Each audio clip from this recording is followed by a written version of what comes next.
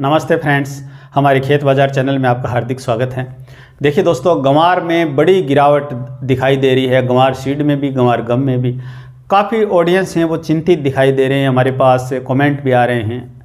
आज इस बारे में हम चर्चा करेंगे कि ये जो गिरावट है क्यों बनी है, क्या कारण है, अभी हमें क्या करना चाहिए। कई हमारे जो चैनल के ऊपर नेगेटिव कमेंट भी देखने को मिल रहे हैं कि सर आप कहाँ चले गए। मैं यहीं हूँ। 2-3 दिन शहर से बाहर होने के कारण डेली अपडेट है वो नहीं कर सका था। हालांकि मैंने कहा था कि गंवार के जो भाव हैं वो सोमवार मंगलवार तक सुधार में दिखाई दे सकते हैं, आप देखेंगे। परंतु सोमवार मंगलवार बुधवार को हमें देखने को मिला कि गिरावट का दौर रहा। हालांकि 1-2 दिन में कोई बड़ा कारोबार भी नहीं हुआ। गणतंत्र दिवस है, आज अवकाश भी है मंडियों में, आज वायदा में भी अवकाश हैं, लेकिन बड़ी गिरावट देखने को मिल रही है।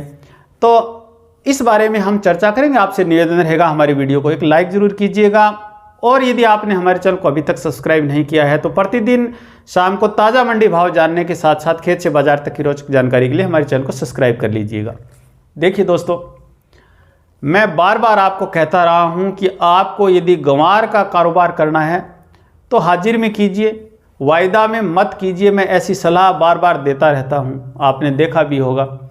रही बात गंवार के भावों की गिरावट की, तो गिरावट से आप घबराइएगा नहीं, हौसला रखिएगा। मैं बार बार कहता रहा हूं कि जब गिरावट हो, अभी जब 2-3 दिन से बड़ी गिरावट बनी है, क्या आपने माल बेचा है?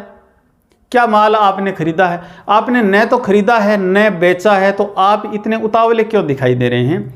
आप धैर्य रखिएगा। यदि आप किसान हैं, या फिर आप नेगेटिव कमेंट क्यों कर रहे हैं? भाव हैं बढ़ते गिरते रहते हैं। फंडामेंटल देखा जाता है किसी चीज़ का, फंडामेंटल जो मजबूत है, गिरावट की कोई वजह नहीं है। आवक घट रही है, यानी शुक्रवार को शनिवार को मात्र 20,000 क्विंटल भी आवक नहीं हुई थी देश भर में गंवार की, यानी आवक है वो 20,000 क्विंटल से भी घट रही है, जबकि दैनिक आवक है वो लगभग 35 से 40 लाख क्विंटल चाहिए गंवार गम की सप्लाई के लिए। और कम से कम एक महीने में हमें 10 लाख क्विंटल की आवक चाहिए, तब जाकर के नियमित सप्लाई है वो सुचारू रूप से गंवार गम की रह सकती है, अन्यथा उसमें बाधा आएगी। ये मैं आपको पहले ही बता चुका हूँ। इसके बावजूद गिरावट आ रही है, तो आपको पता है किस कारण से आ रही है, किस वजह से आ रही है। ये सारा षड्यंत्र होता है, ये सारा खेल होता है, और कुछ लोगों के हाथ में इसका रिमोट होता है। मैं बार बार आपको कहता रहा हूँ।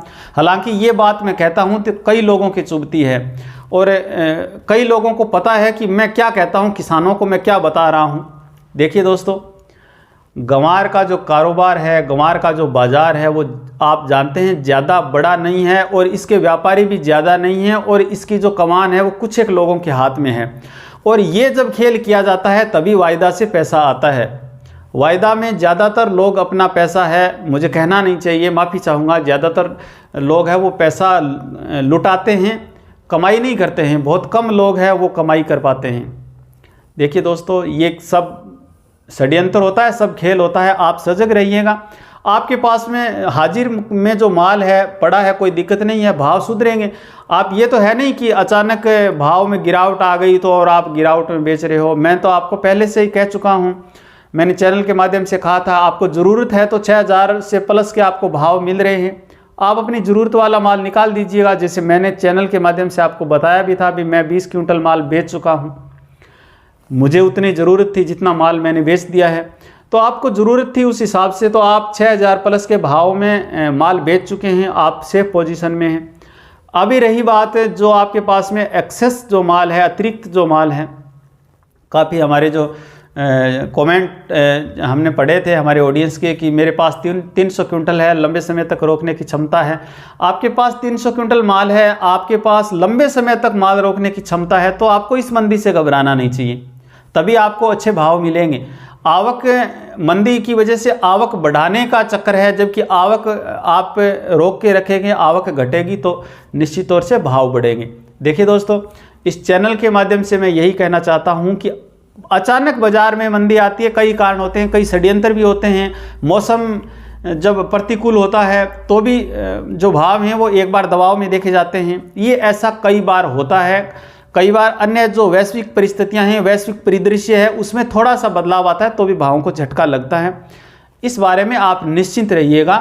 और रही बात बाज़ार में, कुछ भी स्थायी नहीं होता है। जिस प्रकार से जलवायु बदलती है, मौसम की जो भविष्यवाणियाँ होती हैं, अभी मौसम की भविष्यवाणी थी 24, 25 और 26 तारीख को बारिश होनी थी उत्तर भारत में, राजस्थान, हरियाणा, पंजाब में, लेकिन नहीं हुई, क्योंकि जलवायु बदल जाती है। परिस्थितियां जो भविष्यवाणी की जाती है उस समय की जो परिस्थितियां हैं वो बदल जाती हैं।